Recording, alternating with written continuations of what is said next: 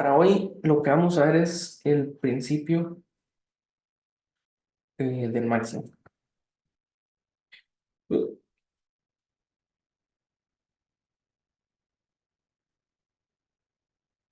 Bueno, tiene dos nombres, realmente es principio extremal o principio del máximo.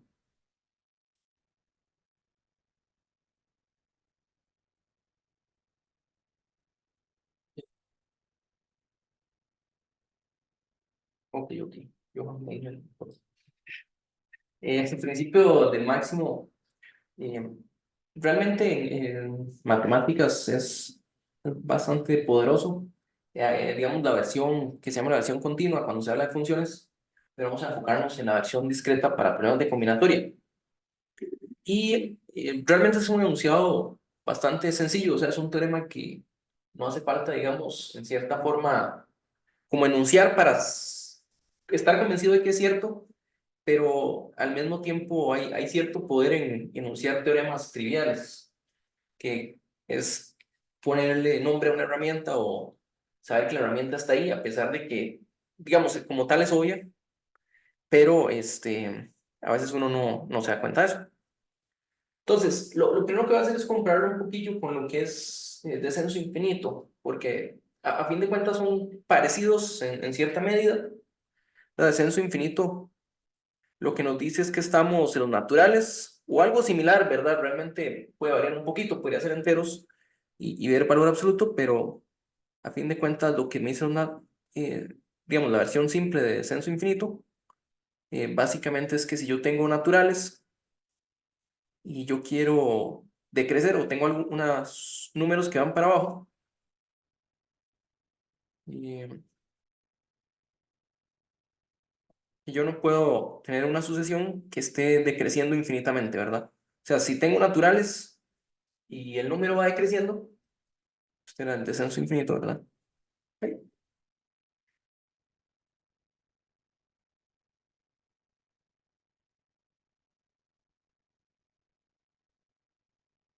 Si yo tengo una sucesión de enteros positivos que va decreciendo, eventualmente tiene que parar, ¿verdad? No puede crecer infinitamente. Ese es el descenso infinito, o la técnica como tal. No, tal vez no es exactamente un teorema. Pero el principio del máximo lo que dice es, bueno, en esencia algo diferente, pero en aplicación es algo parecido. Lo que va a cambiar es un poquito el contexto. Y es que yo estoy, digamos, en un conjunto de números reales.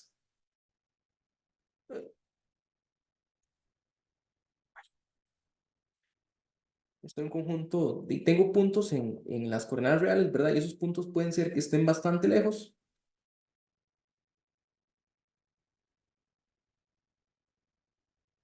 Puede haber tal vez algunos que estén ahí bastante cerca. ¿Por qué no? Pero lo que me va a decir es que tengo un conjunto finito. Entonces, que tengamos un conjunto finito de números reales. Entonces, a un conjunto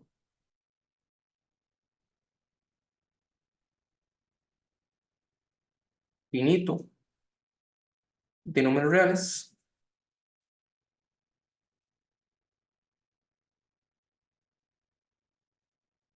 Y si yo tengo un conjunto finito, este conjunto tiene un máximo y un mayor elemento. Entonces, A tiene un máximo.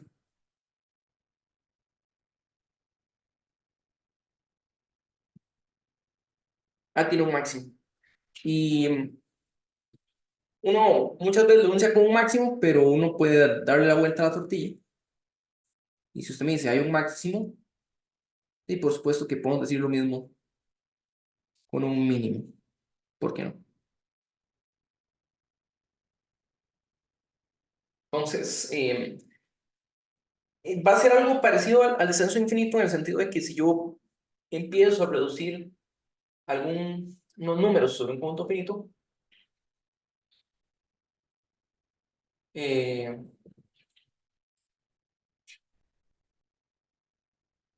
entonces debería, o sea, si voy reduciendo, o sea, digamos que yéndome para la izquierda, los números reales, o vamos aumentando. pues eventualmente debería parar, ¿verdad? Entonces, en ese sentido es parecido al descenso infinito. Entonces, el conjunto A tiene un máximo o tiene un mínimo. Entonces, ese es el principio, digamos, extremal. Es el principio extremal, o sea que no, o sea, si uno lo ve es como bastante obvio, como les decía, ¿verdad? O sea, por supuesto, usted tiene 10 números, y uno es el más grande de todos. Usted tiene 100 números, uno es el más pequeño de todos, y así sucesivamente, ¿verdad? Y de aquí estamos, como les decía, estamos en números reales. Entonces, en descenso infinito, uno ve naturales, que es un conjunto infinito, pero discreto, bien partido. Aquí pueden ser reales espaciados cerca, lejos, ¿verdad? Pero es un conjunto finito. Eso es lo único que ocupamos. Ok. Entonces, en mi plan, bueno, tengo por lo menos 4 ejercicios pensados para ver, para ilustrar el uso de este principio. Y vamos a ver. No, este no es el primero. Entonces debe estar así. Ok. Y lo que voy a hacer o lo que quiero hacer es lo siguiente, digamos, bueno, en matemática y en olimpiadas es muy importante entender de dónde vienen las ideas como tal, pero también hay momentos donde aparecen ideas muy creativas que a veces cuesta saber de dónde vinieron. A veces, ya sea porque la historia ocultó esas ideas, o simplemente uno mismo no sabe explicar de dónde vienen sus propias ideas. Eh, pero lo que quiero hacer con los primeros 2 ejemplos es tal vez enfocarnos en esta es la solución e intentar tal vez, por lo menos cuando yo las vi, me pareció como sorprendente, digamos, la solución como tal, sin entender cómo a mí se me ocurriría algo similar, pero, pero creo que hay momentos en los que uno puede aprovechar para maravillarse y decir qué bonita solución, y de dónde rayos la sacaron, pero qué bonita está. Y con los siguientes 2 tal vez intentar, eh, bueno, va a ser un poquito, pero disecarlo un poquito más de ver realmente cómo llegamos a esa solución. ¿Ok? Entonces, primero, para entender la utilidad del principio del máximo. Entonces tenemos este primer problema, que lo que nos dice es que tenemos n puntos en el plano, nos dicen que no están todos en una recta, y cualesquiera 3 forman un triángulo de área menor o igual a 1. Entonces tenemos n puntos, donde n es un número cualquiera. Cualesquiera 3 hacen un triángulo de área menor o igual que 1. Creo que como está definido, podría ser que estén 3 en una recta, no hay ningún problema. Considerado es como un triángulo de área cero, me imagino. Eh, sí, o sea, lo importante es que no estén todos, sí, sí va a haber por lo menos un triángulo no trivial, debería haber. ¿Sí? Dice que todos los puntos están contenidos en un triángulo de área menor o igual que 4. Entonces, los puntos yo no sé cómo están. Yo no sé cómo están los puntos. Están por ahí, ¿verdad? La única información que yo tengo es agarre 3 cualesquiera y el triángulo que forman tiene un área que es de máximo, o sea, menor o igual a 1. Y lo que me dice es, quiero encontrar un triángulo que no tiene que ver exactamente con los puntos, pero que este triángulo tenga área 4 a lo sumo y contenga todos los demás puntos, todos los n puntos. Entonces, déjame dibujar más puntos por ahí. Eh, Tal vez el dibujo no va a ser tan ilustrativo como tal. Entonces, lo que decía es, para estos primeros ejercicios les voy a dar como la respuesta como tal. Eh, mm, no sé si aquí me va a salir como debería, pero vamos a intentarlo. La respuesta como tal es, tome el triángulo de área más grande. Tome el triángulo de área más grande. O sea, tenemos n puntos, ¿verdad? Hay una cantidad finita de triángulos que usan los puntos como vértices. Entonces, hay una cantidad finita de triángulos usando los n puntos como vértices. Si uno sabe contar, la respuesta es n escojo 3. Pero si no, y tenemos un punto finito de puntos, no puede haber infinitos triángulos, ¿verdad? Y lo que vamos a tomar es, tome el de área más grande, tome el de mayor área.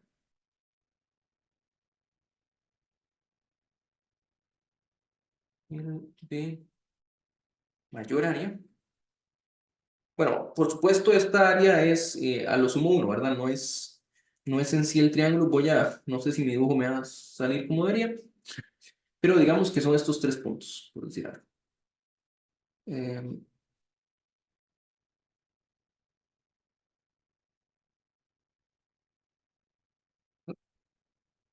y este triángulo tiene área 1, pero este no es el triángulo que yo voy a considerar, sino que voy a considerar el extender este triángulo, hacerlo un triángulo medial de un triángulo más grande. O sea, extender un triángulo de esta forma.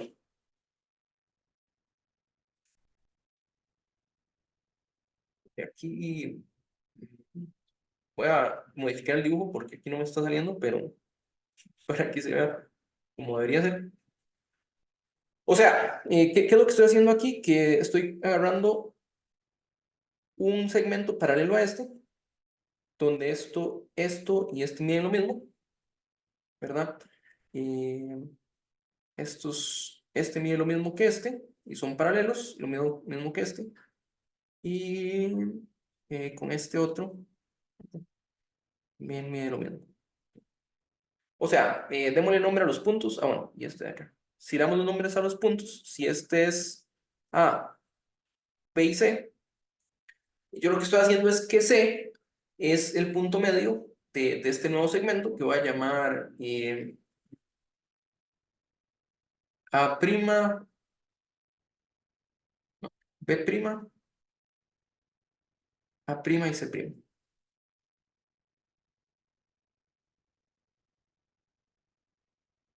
O sea, que yo puedo construir una paralela a B que pase por C y hago que escojo B' y A' de tal forma que C esté en la mitad y además que CB' mida lo mismo que AB, ¿verdad? Entonces, el triángulo ABC es el triángulo medial del triángulo A', B', C'. Y si yo construyo este triángulo, entonces la cosa es que tomo el de mayor área, digamos ABC, lo que dije, y construyo, ay, y construya, ay, y construya A', B', C', tal que ABC es su triángulo medial. No sé si esto tenía un nombre como tal, Alejandro, o si nada más uno lo escribe así como lo estoy poniendo de hacer lo que ¿Me dijo algo? el- perdón. ¿Me dijo algo? Sí, que no recuerdo si esto tenía algún nombre, o sea, digamos, si, o sea, aquí nada más estoy diciendo tome un nuevo triángulo tal que el original sea el medial, pero no sé si había un nombre para la construcción o nada más se define así. No, pero yo lo hubiera descrito como construir los puntos A', y C' como para formar paralelogramos, Sí, pero no es importante. sí, ok. Entonces, resulta que este triángulo que estoy construyendo, o sea, tome entre todos los triángulos, es una cantidad finita, ¿verdad? Pueden ser muchísimos, pero es finito. Tome el que tiene mayor área, ¿verdad? Bueno, aquí hay una palabra delicada, realmente yo digo él, pero en realidad no debería ser él. O sea, uno por costumbre lo dice, pero en realidad debería ser uno. Uno, uno de mayor área. ¿Y por qué digo uno?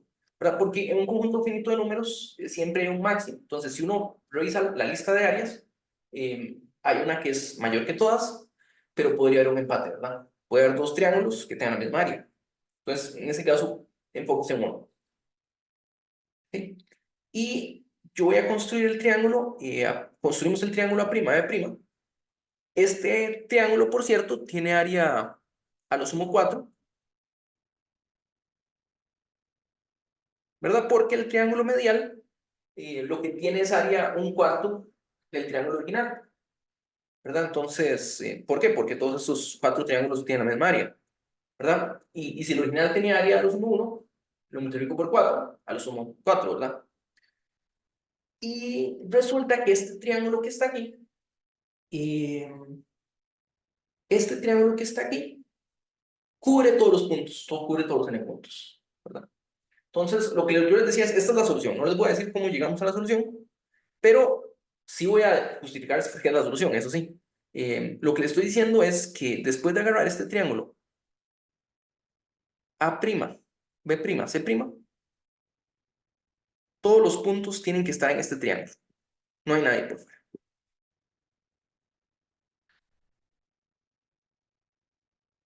¿Ok? Y la observación no es, y no es tan difícil observarlo si uno considera estas paralelas. Bueno, no paralelas, realmente estas rectas, perdón.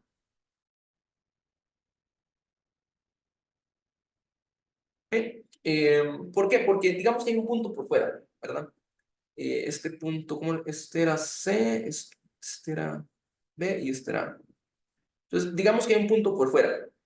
Y tal vez me voy a guiar un poquillo con el dibujo y decir, digamos, que el punto está arriba, o sea, del mismo lado de CB que A'.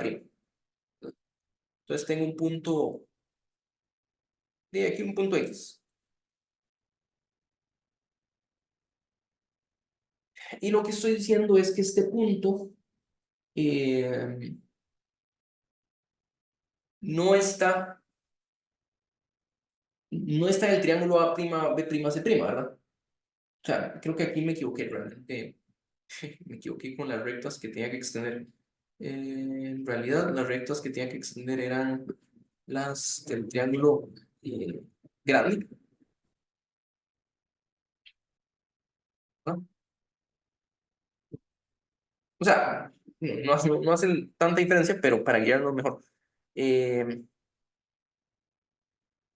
entonces, el asunto es este. Si usted está fuera del triángulo, significa que está o del lado opuesto de B en la recta C'T o del lado opuesto a' en la recta B'C', o lo mismo el lado opuesto a C' en la recta A'D'. Entonces voy a escoger un punto ahí arbitrario, digamos que está en esta región, ¿verdad? O sea, hay tres regiones que me importan con intersección, ¿verdad? O sea, por ejemplo, aquí adentro, los puntos de aquí están fuera de dos regiones, pero voy a concentrarme solo en una.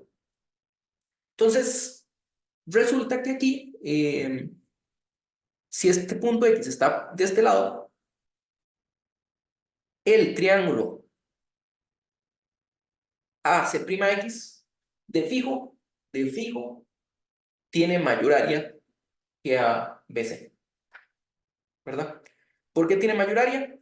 Porque tiene la misma base que el triángulo ABC, pero, y aquí es donde uso esta paralela, como esta es paralela a C', A', C', entonces la altura desde X es mayor, ¿verdad? Que la altura desde B.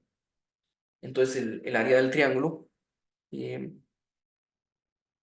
de ACX es mayor que el área eh, de ABC, ¿verdad? Y eso es una contradicción porque habíamos empezado con el triángulo de mayor área, ¿verdad? O un triángulo de mayor área, ¿verdad? Entonces yo puedo encontrar uno con la misma área, pero no debería poder encontrar uno con área superior.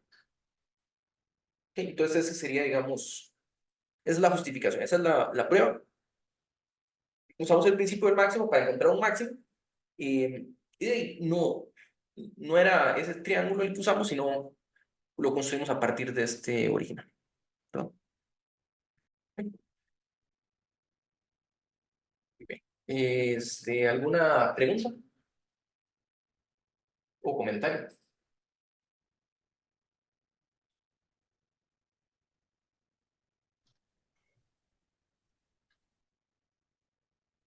Porque, bueno, yo les decía que este triángulo, o sea, esta solución, o sea, eh, a mí me parece bonita, me parece curiosa, pero ¿de dónde salió ese? ¿Por qué escogimos un triángulo medial, verdad? Habría que trabajar bastante el problema y entender por qué un medial puede servir, pero yo siento que no es tan claro encontrar esa justificación. O sea, creo que requiere bastante ingenio llegar a una construcción así, ¿verdad? Pero es una idea que me parece bonita. Y bueno, ese problema también es digamos que un clásico. O sea, en Olimpiadas hay que tener un repertorio de problemas clásicos. Problemas que uno diga, yo he visto esto en algún lado. Ideas que uno usa a un lado. Y hay un montón de problemas que no es exactamente que uno vea en algún lado, que esté en una lista específica, pero que son problemas que todo el mundo conoce, que de algún lado vieron, son lo que se llaman problemas folclóricos. Entonces, este es uno de esos, los problemas folclóricos. De hecho, creo que todos los de esta lista son bastante folclóricos. Eh, digamos, es también un problema interesante que se conoce como el problema de Sylvester, o una versión de este problema, o un problema relacionado a este. Y es un problema que creo que por varios años no hubo solución o costó encontrarla. Creo que incluso Erdos no lo había resuelto este problema. No recuerdo bien cómo había sido la historia, porque creo que Silvestre era antes, o sea, como que la solución estaba escondida y la encontraron ahí luego, pero es un problema que esta solución, digamos como tal, se considera bastante creativa. Entonces, ¿qué es lo que dice? O sea, tenemos un conjunto, igual que antes, un conjunto finito de puntos. Podemos igual pensar que son n puntos. Y la única hipótesis, o la hipótesis que hay con este conjunto de puntos, es que si yo trazo una recta por dos puntos, uy, fallé. Si yo trazo una recta por dos puntos, esta recta de fijo pasa por un tercer punto. O sea, no hay ninguna recta que pase por exactamente dos de estos puntos. Y entonces, eh, resulta que para que esto sea cierto, los puntos de ese, todos tienen que estar en una recta, ¿verdad? O sea, eso es como bastante evidente que si usted tiene todos los puntos en una recta y son más de tres puntos, bueno, más de dos puntos, cualquier recta que pase por uno pasa por un tercero, ¿verdad? Porque porque solo hay una recta que pasa por dos puntos, ¿verdad? Pero aquí no sabemos eso. Aquí la información que tenemos es, si usted agarra dos puntos, una recta pasa, una recta que pasa por esos dos va a pasar por un tercer punto. Entonces, uno no sabe porque es una configuración bastante complicada. O sea, no es nada obvio que esté en una recta. Y uno lo puede pensar, o sea, porque ¿qué pasa si uno tiene un punto aquí? Bueno, si uno tiene un punto afuera, eso significa que aquí hay una recta, aquí hay una recta y aquí hay una recta. Y entonces por aquí hay un punto, ¿verdad? Por aquí hay un punto, por aquí hay un punto, pero luego resulta que eh, uno tiene esta recta por aquí y entonces, ¿qué hay problema? Bueno, lo que pasa es que todavía falta esta recta, ¿verdad? Y entonces es una configuración bastante complicada. Y la geometría como tal, eh, no es obvio que prohíba esto. O sea, de hecho, en geometría proyectiva, usted puede hacer una configuración que cumpla estas propiedades sin que los puntos estén en una recta. Eh, hay un ejemplo, digamos, famoso con 7 puntos, que es, tengo 7 puntos Tal vez voy a dibujarlo, aunque no sé, no creo que tenga sentido así como está, pero podría mencionar, ¿verdad? O sea, solo para decir en geometría proyectiva, ¿verdad? Claro, en eso estaba metido yo. ¿Cómo dice? Sí, aquí me estoy desviando un segundito, nada más. Ya regresamos al problema. Eh, o sea, uno puede hacer una configuración tal que cualesquiera tres puntos estén en una recta.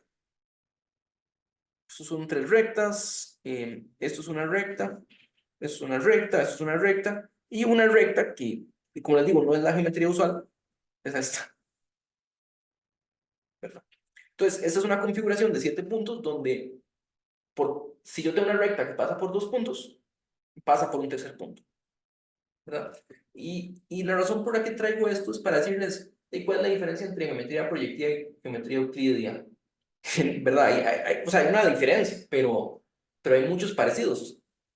Entonces, vamos a usar una de las propiedades que diferencian las geometrías para realmente poder demostrar esto, ¿no? Y hay varias soluciones, pero esta solución, digamos que se considera bastante ingeniosa, eh, es la siguiente, ¿verdad? Nosotros tenemos un conjunto S de puntos, de puntos.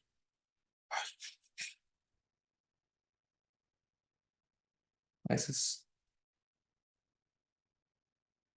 de puntos. Y voy a definir un conjunto de rectas. O sea, pero rectas que pasen por al menos 2 puntos. Entonces, L serían rectas por al menos 2 puntos. Al menos 2 puntos de ese.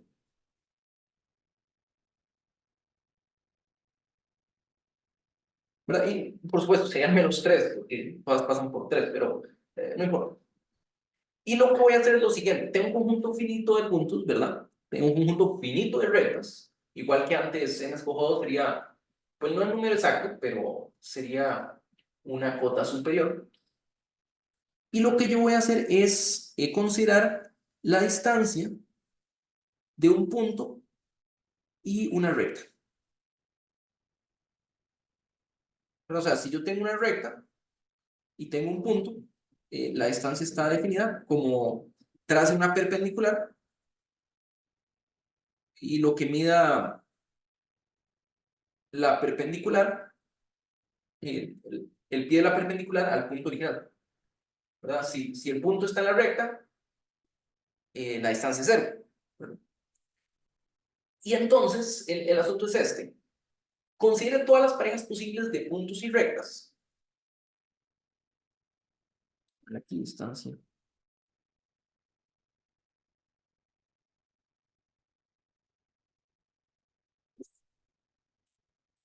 Considere todas las parejas de puntos y rectas. Y lo que vamos a hacer es agarrar los que están más lejos. O sea, escoger la pareja o una pareja tal que la distancia del punto a la recta es lo más grande posible. ¿Sí? Claro, aquí hay un tema anterior, ¿verdad? Y es que antes de eso, suponga por contradicción,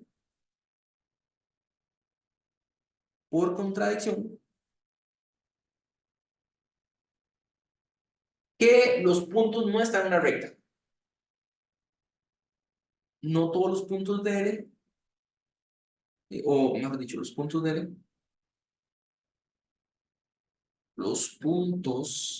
L, no, este no es, no, los puntos de S, perdón, de S no están en una sola recta. ¿Sí? Entonces, queremos demostrar que los puntos de S se encuentran sobre una recta. Voy a suponer por contradicción que este no es el caso. ¿Sí? Y entonces, esto lo que me dice es que,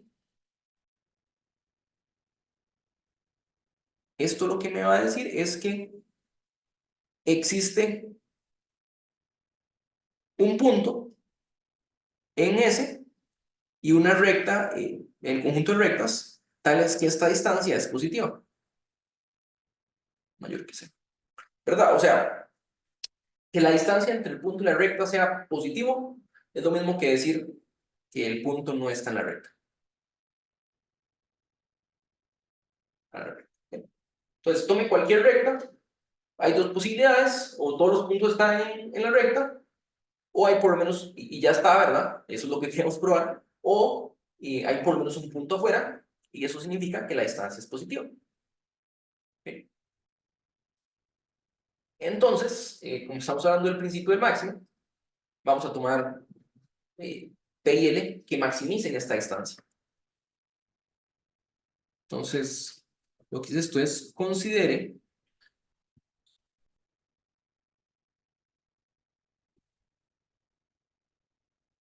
P, L tal que de PL es máximo.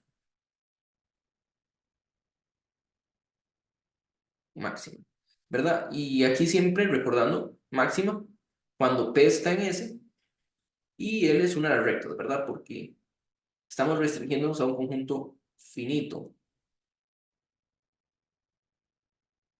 Estamos restringiéndonos a un conjunto finito.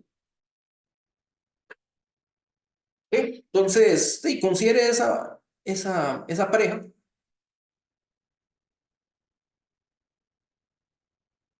¿verdad? Aquí está el punto P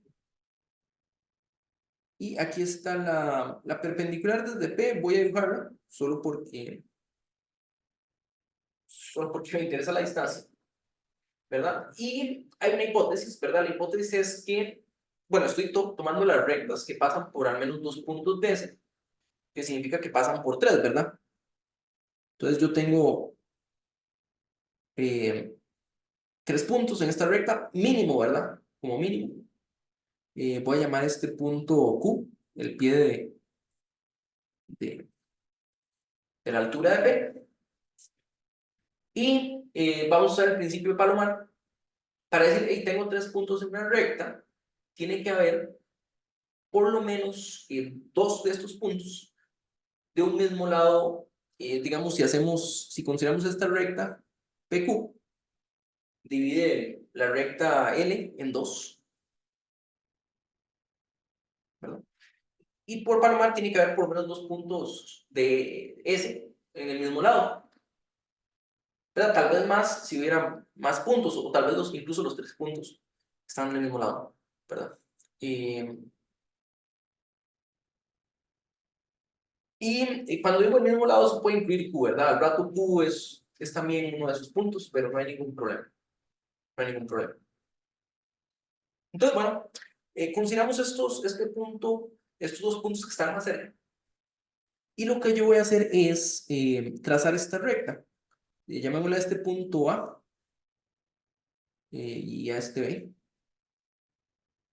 Y trace la recta, digamos que B es el punto que está más cerca a Q.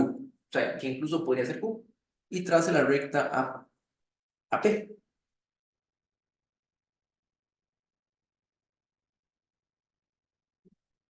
Trace la recta a P y considere la perpendicular desde, voy a llamarle a esta recta antes de eso, la recta AP le voy a llamar L', ¿verdad?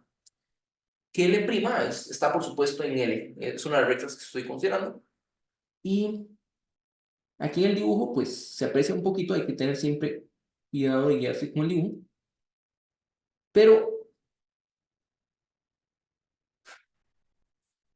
Pero resulta que esta distancia que hay aquí de B a L', de B,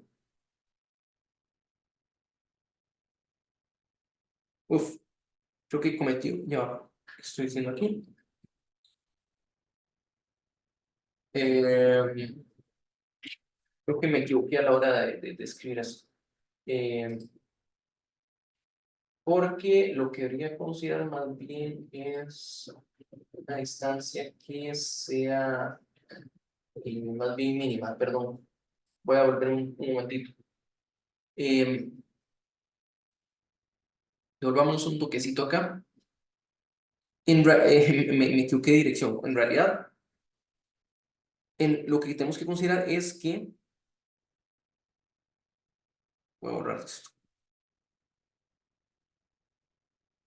De las distancias positivas, perdón, voy a considerar la más pequeña. Entonces, bueno, igual va a aplicar ahorita, pero, o sea, de las parejas,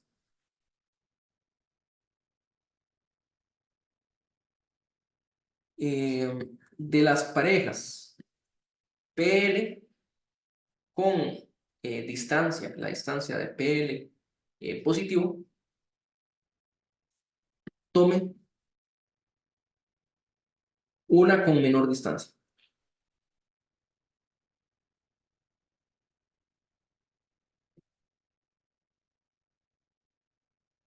Tome una con menor distancia. Lo que vamos a hacer.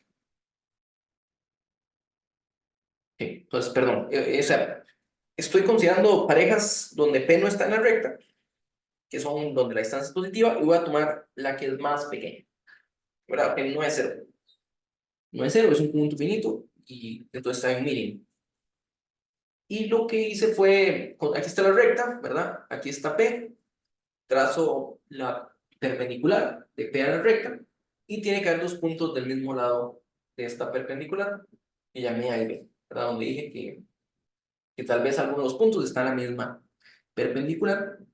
Y aquí trazo la recta que pasa por P y A, ¿verdad? Esta recta no contiene a B, porque dos rectas se intersecan en un único punto, ¿verdad? Y si no son iguales, y ese único punto es A, ¿no? Pero cuando esto ocurre, va a resultar de que B es que la distancia de B a la nueva recta es más pequeña que, la de P a Q.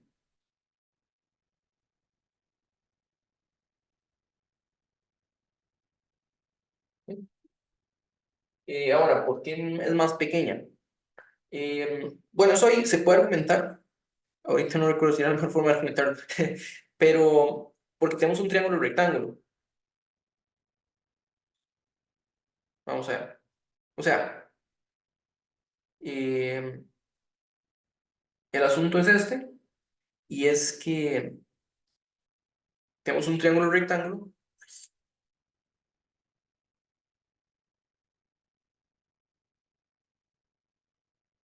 A, PQ, ¿verdad?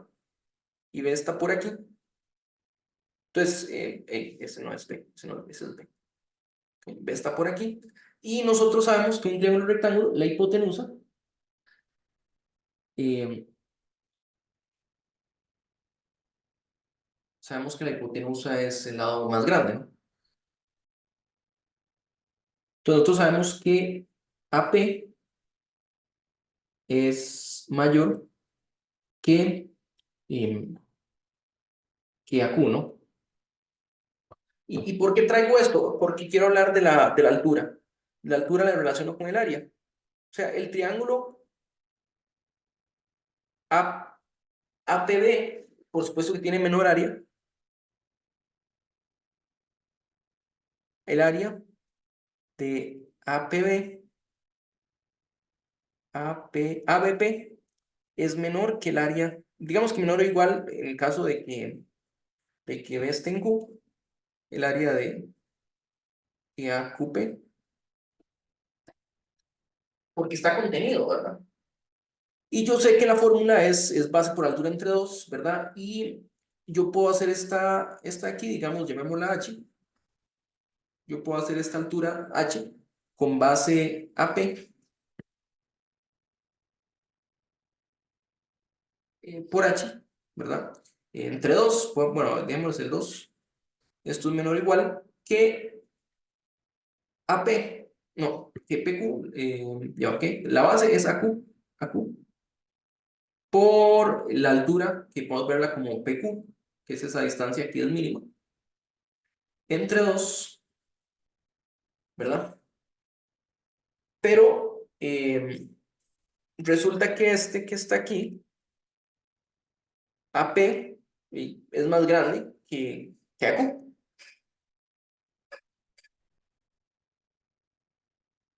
O sea, este es mayor. AP es más grande que AQ. Y si yo tengo un producto, ¿verdad? Yo tengo el producto de números que me da más pequeño, y ya sé que uno de los dos es más grande, el segundo debería ser más pequeño para compensar. Entonces, si esto ocurre, eh, ahorita lo puedo justificar algebraicamente, pero esto me va a decir que este tiene que ser más pequeño que P, ¿verdad? O sea, algebraicamente lo puedo justificar así.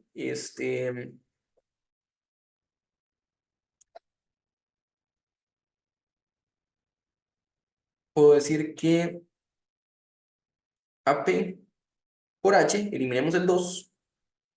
Esto es por supuesto que es mayor que AQ por H, y esto es menor o igual que AQ por PQ, ¿verdad? Entonces, lo que tenemos es que podemos cancelar este AQ del lado izquierdo y del derecho, y me dice que H es más pequeño que PQ. Entonces, lo que eso me dice es que la distancia de B a L' es menor que la distancia de P a L.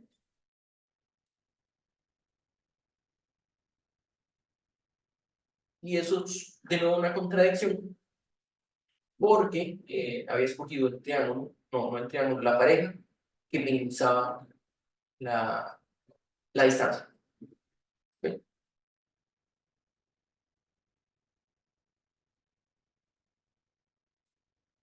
Entonces, esa es una contradicción, ¿verdad? Y la contradicción, pues, se dio porque supuse que no todos los puntos estaban en una recta.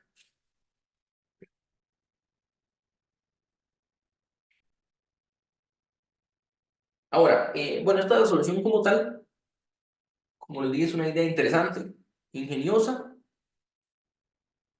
eh, pero tal vez no la voy a justificar como tal, pero creo que es una idea que uno le puede entrar un poquito más también. Pero, o sea, porque sí, está bien, consideramos eso, pero... mm, Pero, ¿de dónde? ¿Por qué decidimos considerar esa distancia mínima? ¿Verdad? Y aquí se podría pensar un argumento, como les decía antes, es en cierto sentido análogo al descenso infinito, o tiene una semejanza con el descenso infinito. Si uno logra hacer alguna transformación que minimice alguna propiedad sobre un punto finito, entonces es algo que no, que eventualmente tiene que parar. ¿Verdad? Y aquí pues no estamos minimizando nada como tal, pero uno puede empezar diciendo, bueno, ¿qué pasa si tengo un punto fuera de L, ¿verdad?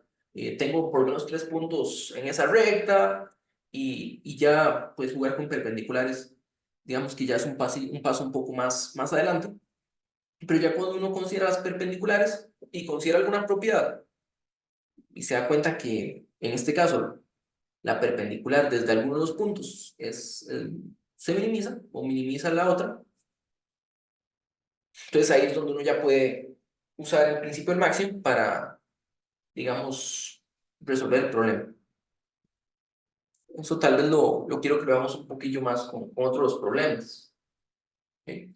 Eh, pero digamos, el asunto aquí es que muchas veces uno se va dando cuenta intentando transformar algo, o sea, buscando propiedades numéricas que aumentan o disminuyen, haciendo algún cambio, digamos, útil. A la hora de escribir una solución en limpio, muchas veces uno se aprovecha de, hey, empecemos con el máximo de una vez, porque eso a veces simplifica algunas cosas. Pero muchas veces el principio del máximo viene es un proceso que si sale mal, algún factor aumenta o disminuye. Profe, Sí, no me queda claro cómo estamos usando la condición de que hay tres puntos en recta. aquí usamos Palomar. Vamos a ver, esa parte no la escribí, pongámoslo aquí. Por Palomar, o sea, digamos, lo que tenemos es Hay 3 puntos en L. ¿Dónde lo podemos escribir? Hay 3 puntos en L, al menos 3 puntos en L, ¿verdad? Por Palomar hay dos del mismo lado.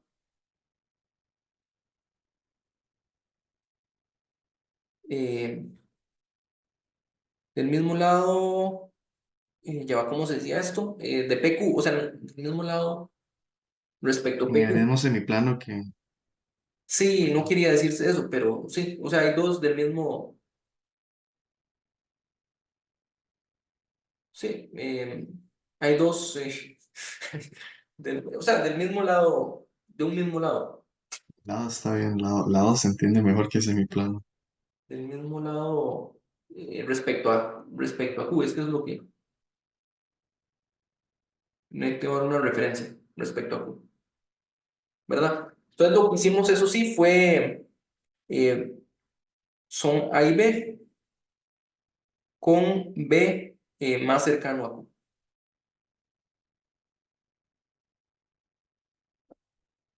Eso fue lo que agarramos. Esa es la configuración. O sea, realmente nos olvidamos de los 3 puntos.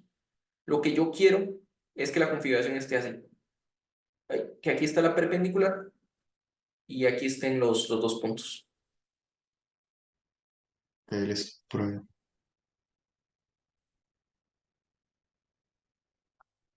¿Sí? Bueno, vamos con otro clásico.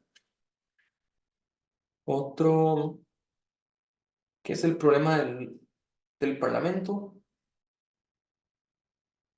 O aquí lo podemos llamar la Asamblea Legislativa.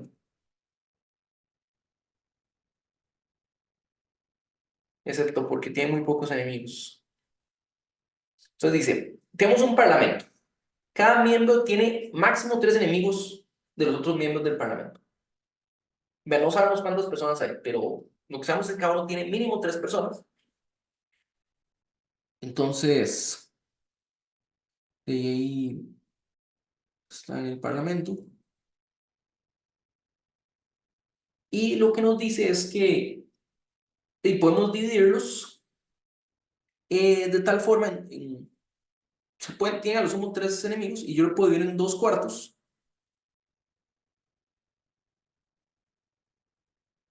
De tal forma que una vez que hacemos la asignación, cada persona tenga máximo un enemigo ahí adentro.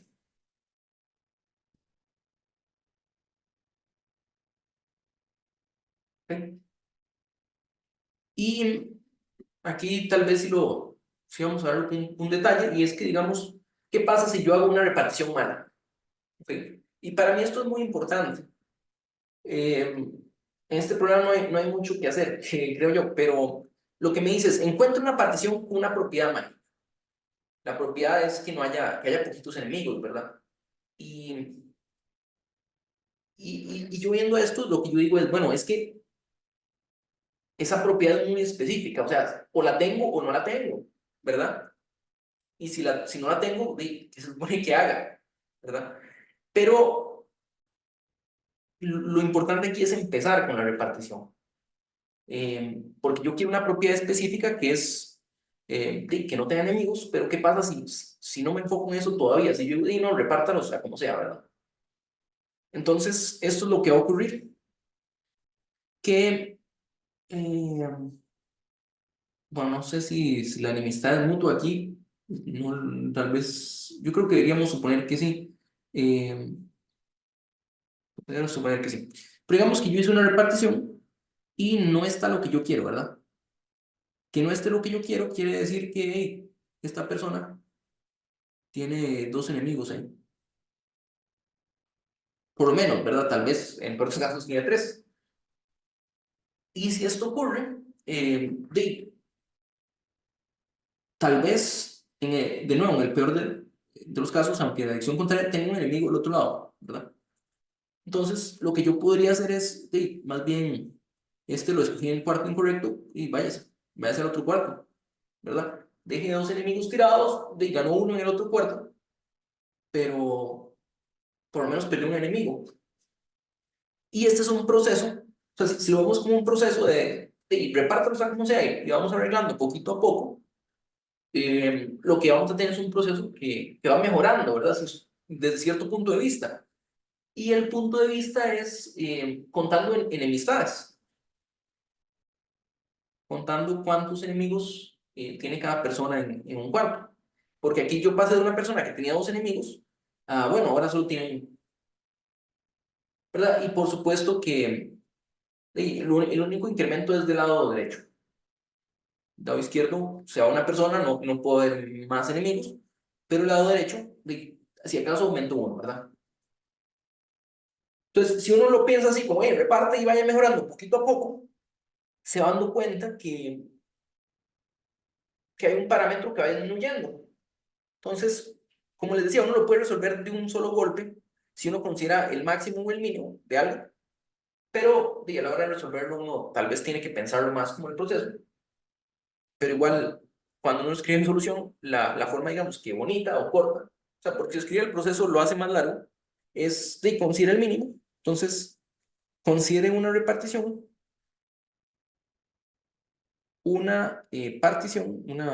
repartición, ponle repartición. Eh, ¿Qué dice aquí? Esta es una C, esta es una I.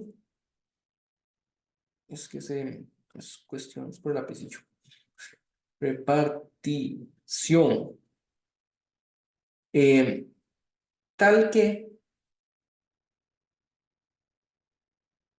las parejas de enemigos sean mínimas.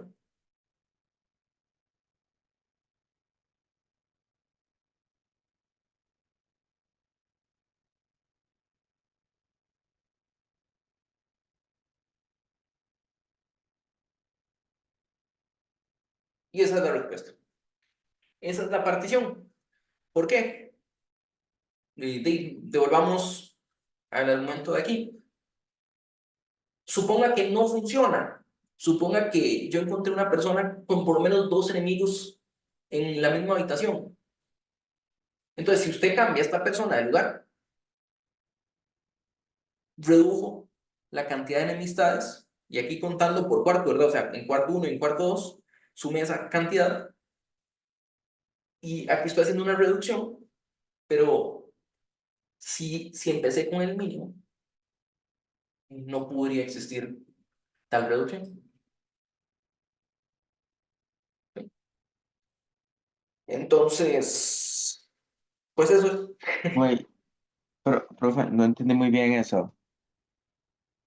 Digamos, ¿a qué se refiere con repartición mínima? Repartición, o sea, repartición quiere decir que yo tengo o sea, tengo dos cuartos, ¿verdad? Ahí ve. Y yo tengo n, digamos que n personas, ¿verdad? No sé cuántas son, pero digamos que son n, es finito. Y repartición quiere decir que asigne a algunas personas en la habitación A y el resto en la habitación B. ¿Cuántas formas hay de hacer esto?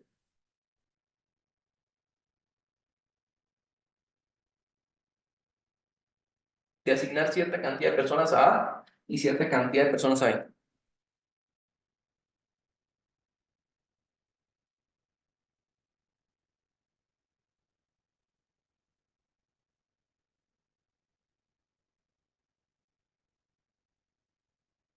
N. No, n es muy poquito. O sea, tipo, espere, profe, que tengo, estoy escuchando doble audio, entonces no puedo hablar. Espérese.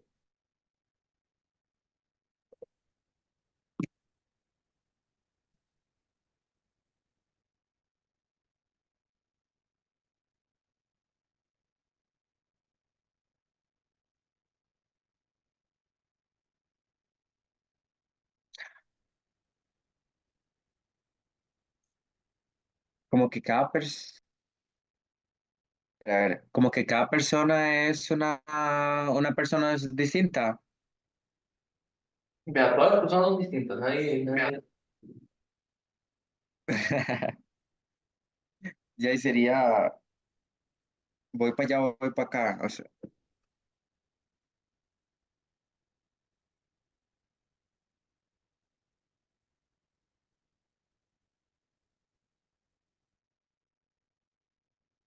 O sea, cada persona o está en A o está en B, ¿verdad? ok, entonces la N. Todos a la N. O sea, estamos hablando de subconjuntos, ¿no? O sea, tome un subconjunto de A y ves el complemento. O sea, tome un subconjunto, perdón, A y ves el complemento de A. Entonces, 2 a la Ok. N, o si a usted no le interesa el orden, quítele la mitad, ¿verdad? O sea, porque realmente son 2 cuartos. Yo le puse ahí B, pero el orden de los cuartos no importa. Pero igual el conteo aquí es para asegurarnos, estamos hablando de un número finito, ¿verdad? Y el punto es el siguiente, o sea, por cada partición, si usted tiene una partición, de todas las, o sea, lo que vamos a hacer es, a estos dos n particiones posibles, cuando usted vea dos enemigos, usted súmele uno. Entonces, a usted una partición le va a asignar parejas de enemigos, pero dentro de un mismo cuarto.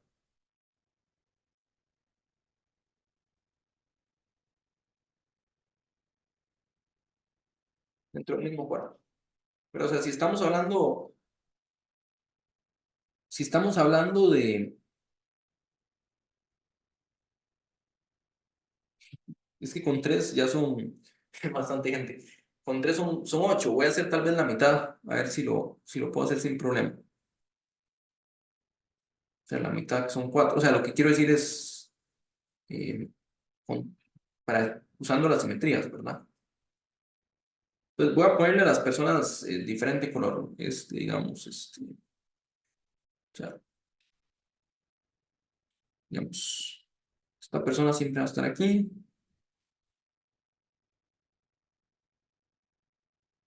Eh,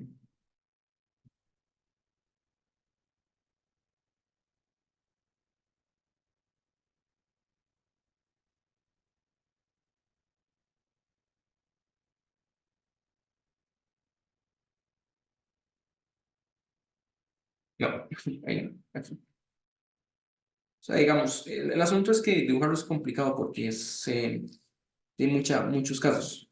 Pero digamos, aquí tengo con 4 personas, estas son las posibilidades, ¿verdad? Perdón, con 3 personas, estas son las posibilidades, ¿verdad? Entonces lo que yo digo es, considere todas las posibilidades. Posibilidad uno tal, posibilidad 2 tal, posibilidad 3 tal, posibilidad 2 a la n, ¿verdad? Y usted cuente cuántos enemigos hay en cada posibilidad dentro de un cuarto. Y nosotros escogemos donde hay una cantidad mínima de enemigos. Usted, de todas las 2 n posibilidades, encuentra, bueno, de aquí, la cantidad de enemigos es 15 y en los demás cuartos es 16, 20, 40, ¿verdad? Entonces 16 es lo más pequeño. No, ¿qué dije? 16 o 15, ya se fue. Creo que dije 15. O 16, no importa. O sea, agarre el que tiene menos. Si usted contó enemigos en cuarto 1, enemigos en cuarto 2, le dio 16, eso es lo más pequeño. Entonces, quédese con esa partición. Y mi afirmación es, hey, esta es la mejor partición que usted va a encontrar. O mejor dicho, esta partición cumple lo que me estaba pidiendo. Pero Esta, solo para un cuarto. no, en los 2 cuartos. En los dos cuartos, ok, ok, ok. O sea, usted está sumando enemigos en los 2 cuartos, ¿verdad? Entonces, yo estoy escogiendo partición. Escogemos partición AB tal que enemigos en A. Y cuando digo enemigos me refiero realmente a parejas de enemigos más enemigos en B es mínimo. Es mínima. Es mínima. Y entonces, lo que yo les digo es que en esta partición, le estoy afirmando, eh, cada persona tiene máximo un enemigo en el cuarto, ¿verdad? Suponga por contradicción que no. O sea, porque si yo tengo aquí una persona, bueno, ese es el dibujo que teníamos arriba.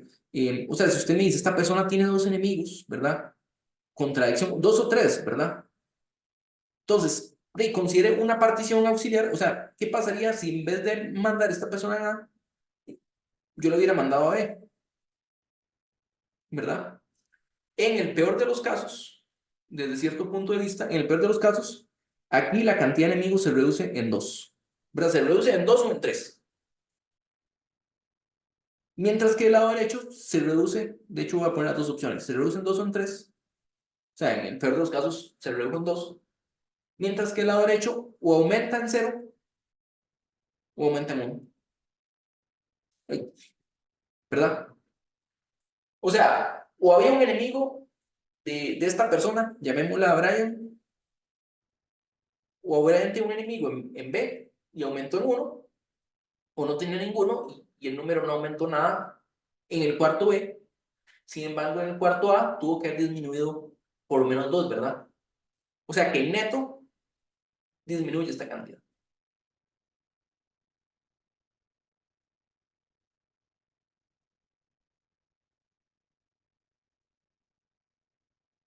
Entonces, o sea, eso sirve porque si no, yo encontré otra partición y yo dije, no, vea, esta partición tiene menos, hay menos parejas de enemigos, eh, entonces debería servir. ¿Ok? ¿Tiene sentido? Sí, sí, creo que ya lo entendí mejor.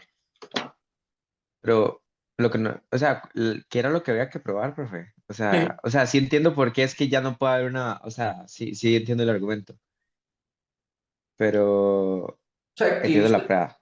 sí, que usted lo puede dividir en dos grupos y que cada miembro va a tener máximo un enemigo en el grupo donde lo asignamos. Ok. Entonces como que uno baja, baja y baja y siempre puede llegar a lo que le piden. Ok, creo que sí, sí, entendí. Gracias, profe. ¿Ok?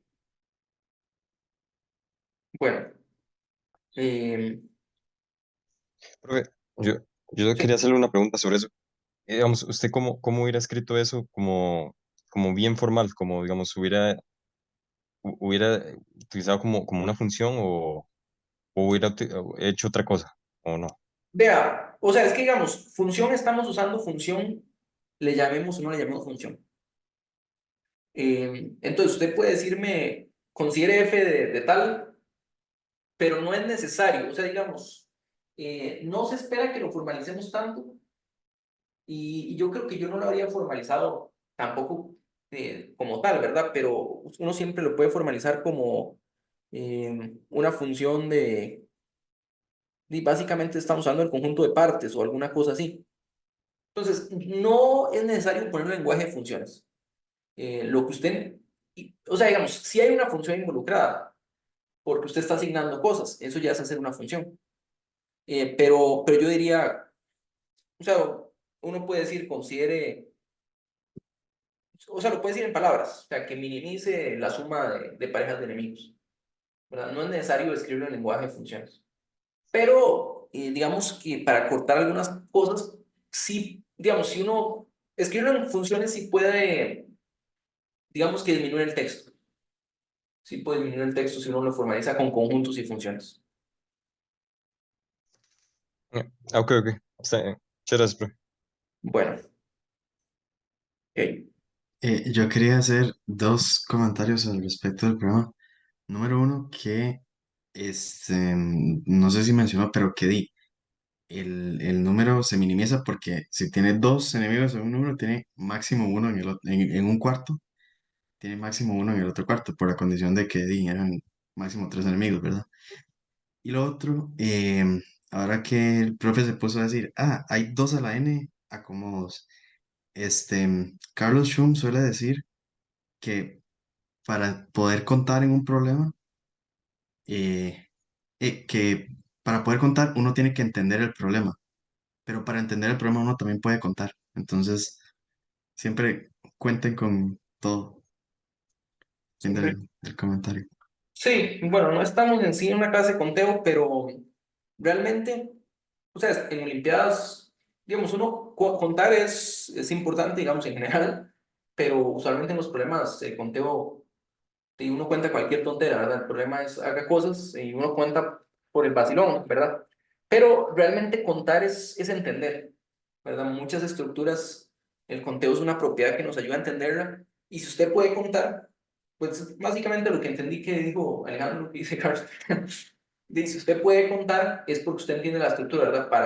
Para poder entender la estructura hay que saber contar. O sea, perdón. O sea, si usted puede contar es porque está entendiendo algo de esa estructura. Y viceversa, ¿verdad? Si usted contó algo, eso le da información.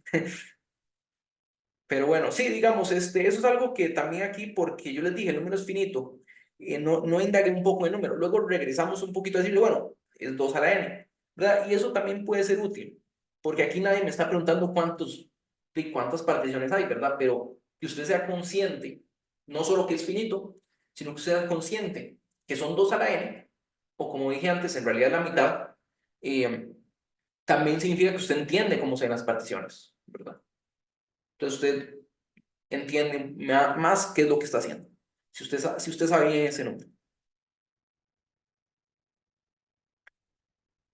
Ok. Y tal vez este problema es bastante, bueno, yo creo que o sea, todos son bonitos, me parece a mí. Tal vez el que más me gusta de la lista. Eh, que de hecho hay una prueba muy vacilona con topología, eh, pero no la que vamos a usar aquí. Este, y lo que dice es esto, yo tengo esta interpretación, es que ahorita, bueno, uno pone cualquier problema, digamos, adaptado a la vida real, por decirlo así, y hace que a veces el problema sea menos claro. Pero la cosa es que tenemos n pozos y n granjas, ¿verdad? Y en cierto sentido, de una granja ocupa agua y la ocupa el pozo, ¿verdad? Sí, pero si usted hace la construcción eh, y chocan las conexiones, de algún problema puede pasar ahí o no sé.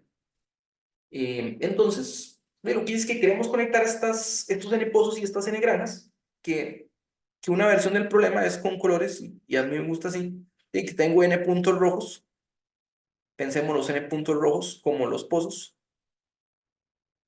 y los puntos azules como las granjas. Pero realmente coloración es un tema muy importante en combinatoria, y coloración simplemente significa, tenemos varias categorías. Entonces, en vez de hablar de pozos y granjas, estoy hablando de rojo y azul, que es más familiar. Y si uno es daltónico, pues llámele A y B o como quiera. O sea, los colores en matemática son solo nombres, son categorías. Pero visualizar los dos colores es más sencillo que visualizar pozos y granjas. En cierto sentido, ¿verdad? Tal vez uno se puede poner más creativo y, y jugar el pozo y la granja. Y queremos unirlos, les decía, eso sí, con segmentos. O sea, no va a ser una curva ahí rara, sino un segmento recto, ¿verdad? Y queremos que no se intersequen estos segmentos. Que, que hagamos las n parejas, ¿verdad? Son n parejas. Y queremos encontrar una forma de hacer estas n parejas de tal forma que no haya intersecciones, que los segmentos no se intersequen. ¿Ok? Y, y este problema tiene un sabor similar al anterior. Bueno, estamos en combinatoria de demostrar existencia de una estructura, ¿verdad? O sea, que cumpla ciertas propiedades. Y de nuevo, o sea, es un problema que siento yo, o sea, por lo menos cuando yo estaba aprendiendo unos problemas con los que yo me trabaría y no sabría cómo empezar, porque no hay a qué meterle las manos.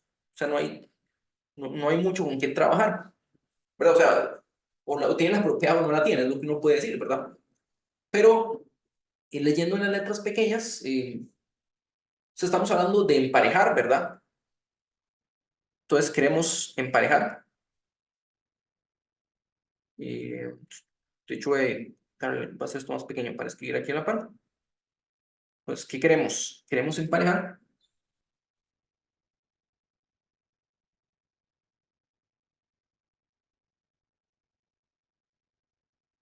emparejar. Y también queremos que los segmentos no se intersecten.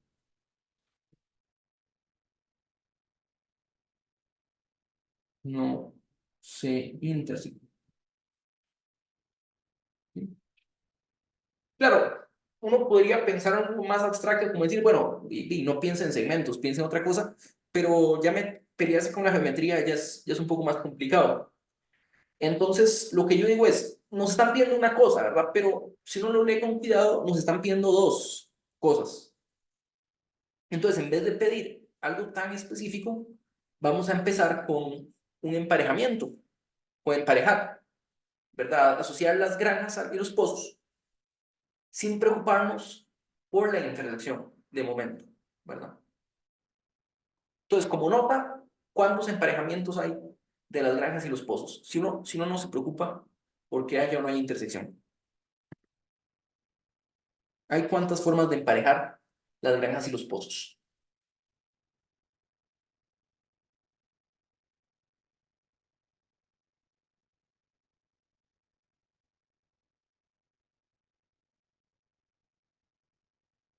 N factorial. N factorial, ¿verdad? Porque usted tiene, digamos, granja 1, granja 2, granja N, tiene pozo 1, pozo 2, y digamos, si uno lo ve de la forma clásica, tengo n opciones para G1, n-1 opciones para G2, n-2 opciones para G3, y así sucesivamente, que es en esencia la definición del factorial. Si uno lo ve como funciones, tiene una función biyectiva de un conjunto de n elementos con otro n elementos, eso es el factorial. Es casi la definición de biyección, excepto que los conjuntos son diferentes, de permutación, excepto que los conjuntos son diferentes. Pero bueno, hay n factorial formas de emparejar.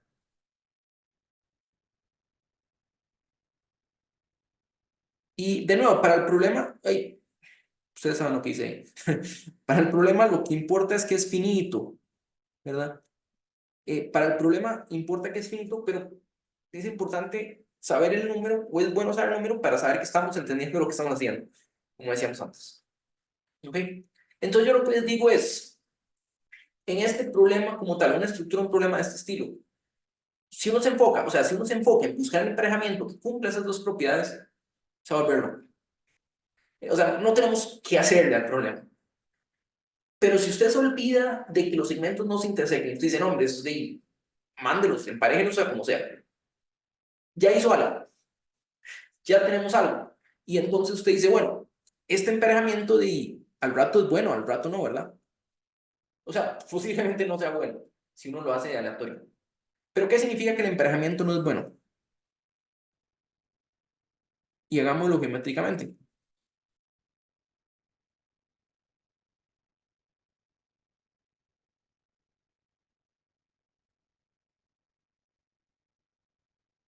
Si el emparejamiento no es bueno, el problema lo que dice es, hey, yo quiero que no se intersecten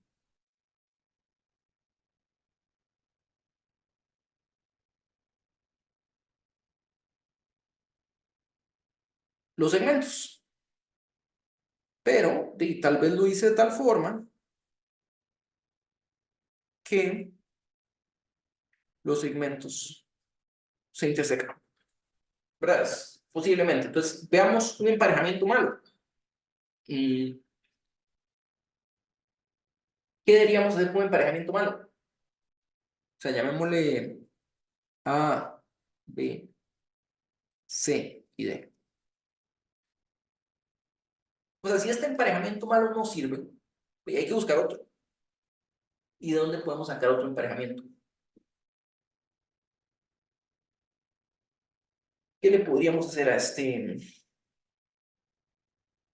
emparejamiento para obtener uno que sea diferente, pero que sea bueno?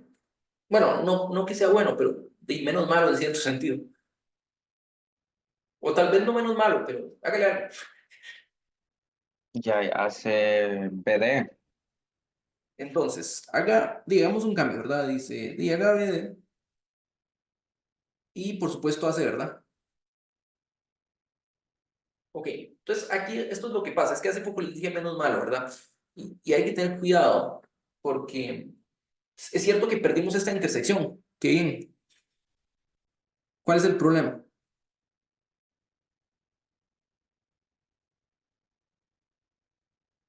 Podrían haber nuevas. Podría haber nuevas, ¿verdad? O sea, digamos, di, hay un segmento por ahí. Entonces te dice, di, perdí una intersección, pero di, vean las que hice. Pero ahorita no pensemos en eso, ¿verdad? Porque si nos ponemos a pensar en eso, no vamos a avanzar. Analicemos, ahorita analicemos el cambio con estos puntos, ¿verdad? Eh, y entonces intentemos estudiar eh, esta figura que tenemos aquí. ¿Qué es esta figura? ¿Qué estamos viendo en este momento?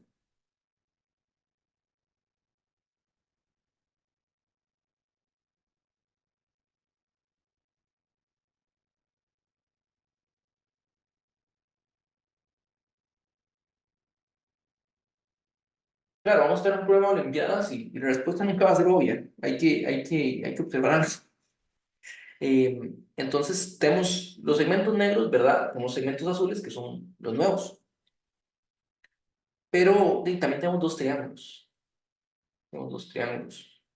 Y, y de nuevo, esto es una idea que yo pienso que es ingeniosa, es bastante ingeniosa. Y, y, o sea, digamos, trabajarlo hasta este punto lo puedo justificar bastante bien, pero ¿cómo se le ocurre a uno esta idea?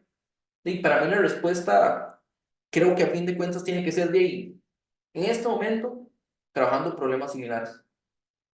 ¿Verdad? Hay que ponerse creativo, pero es la experiencia de haber trabajado algo similar. Y,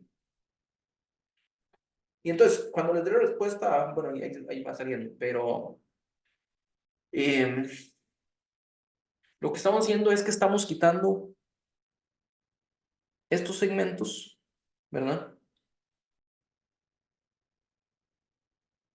Y estamos agregando estos de acá. Y uno lo puede ver como, hey, tengo dos triángulos, ¿no?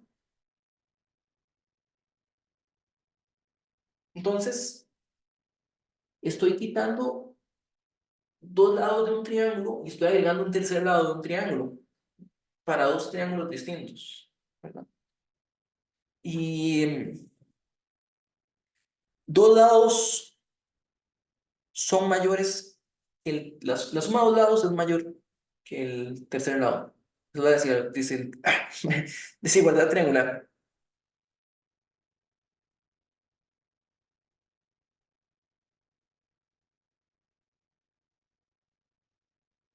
La desigualdad triangular me dice que si yo sumo, digamos, hagámoslo aquí arriba, y la distancia de AX hasta con XC, yo sé que esto es más grande que la distancia de AC, ¿verdad?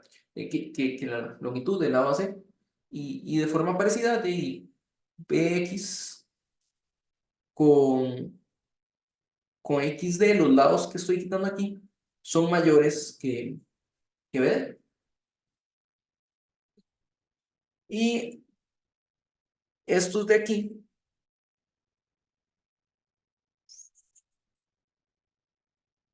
esto de aquí es por supuesto que, no, es cruzado realmente. Esto de aquí es AD y esto de aquí es BC.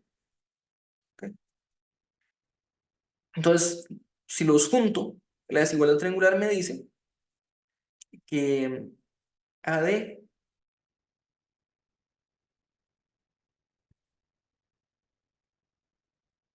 AD más BC,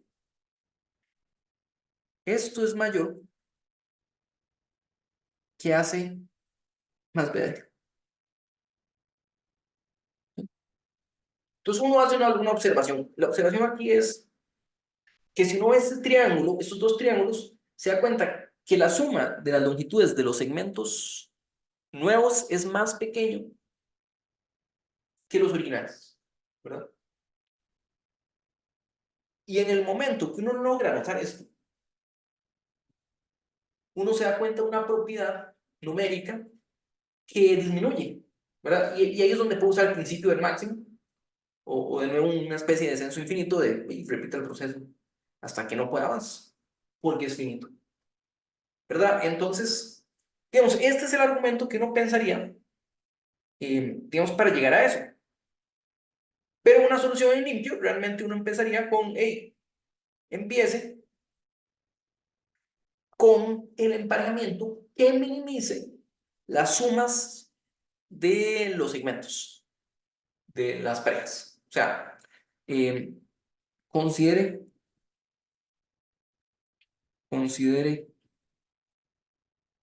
el emparejamiento,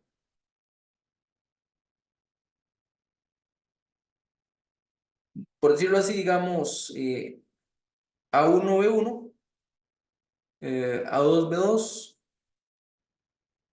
ANBN, tal que la suma de, que estoy sumando aquí, realmente es de todas las parejas, ¿no?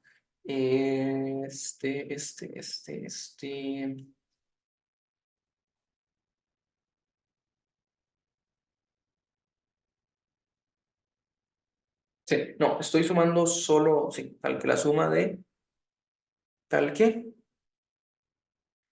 eh, A1, B1, más la longitud de A2, B2 de la segunda pareja, o sea, estamos sumando n números.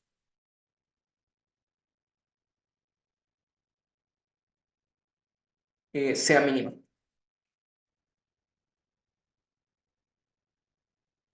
¿Sí? Entonces, de nuevo, aquí estoy escribiendo la solución al revés, o sea, en limpio uno la escribe al revés, que es, considere este emparejamiento, tal que hace que esta suma sea mínima, ¿verdad? Y como les decía, o sea, lo podemos pensar como una función que va de un conjunto de n factorial elementos a R, o sea, lo puedo pensar como n factorial en números, aunque no puede haber repeticiones, podría haber repeticiones, pero no importa. Tengo estos n factorial números que obtengo sumando los segmentos, ¿verdad? Y mi afirmación es, en este emparejamiento,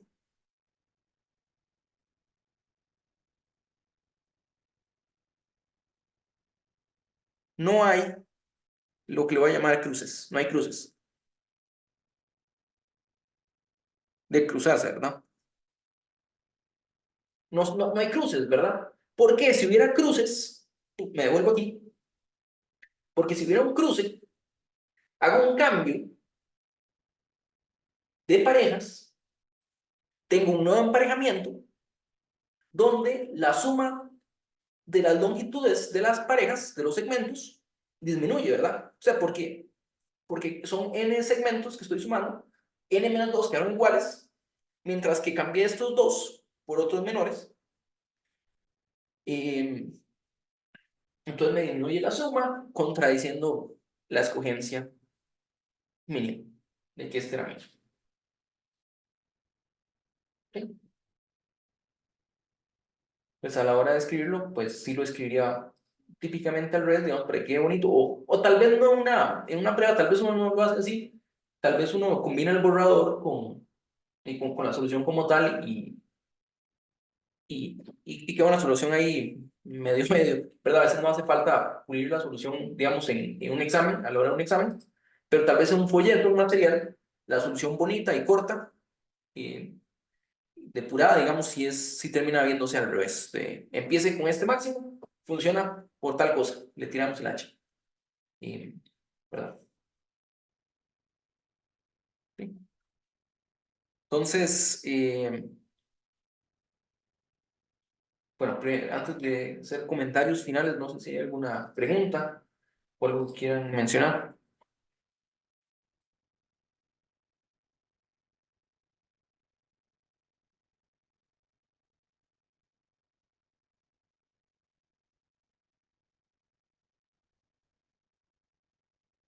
Igual si algo no está del todo claro, o sea, por supuesto pueden preguntar después. Mi recomendación tal vez sería primero de, ya está, tienen alguna idea, ya les comenté esto. Si algo no quedó claro, primero piénsenlo en casa. A veces uno no quiere preguntar porque, y a veces uno quiere mismo sacarse la duda, ¿verdad? Y eso está bien. Entonces, también pueden pensar un rato en casa, si no, luego me preguntan.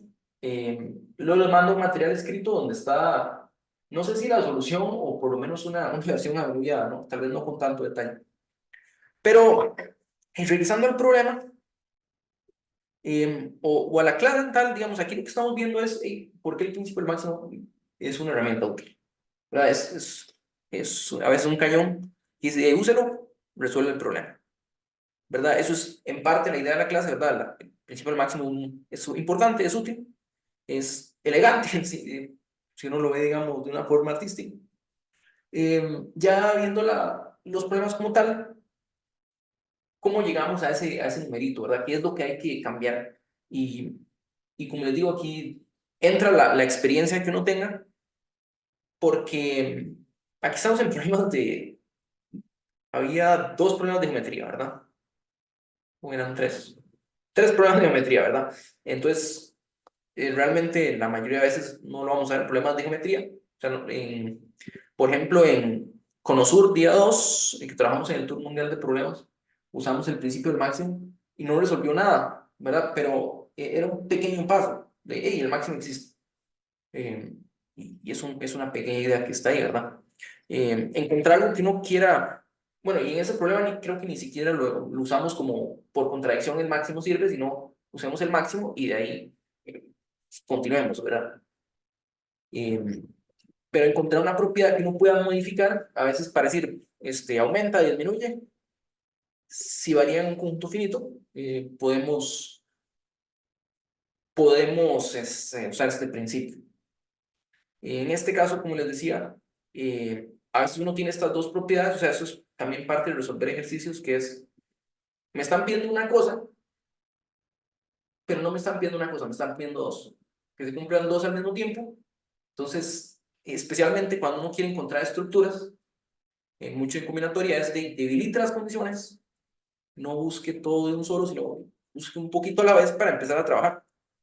Empiece, pídale menos, ya tiene algo, ahora y de aquí salga a ver qué puede hacer. ¿Verdad? Y haga modificaciones, observe, hay que ser creativo, hay que tener experiencia, hay que observar. Espera un momento, aquí algo disminuyó, ¿verdad? Entonces use eso para resolver el problema.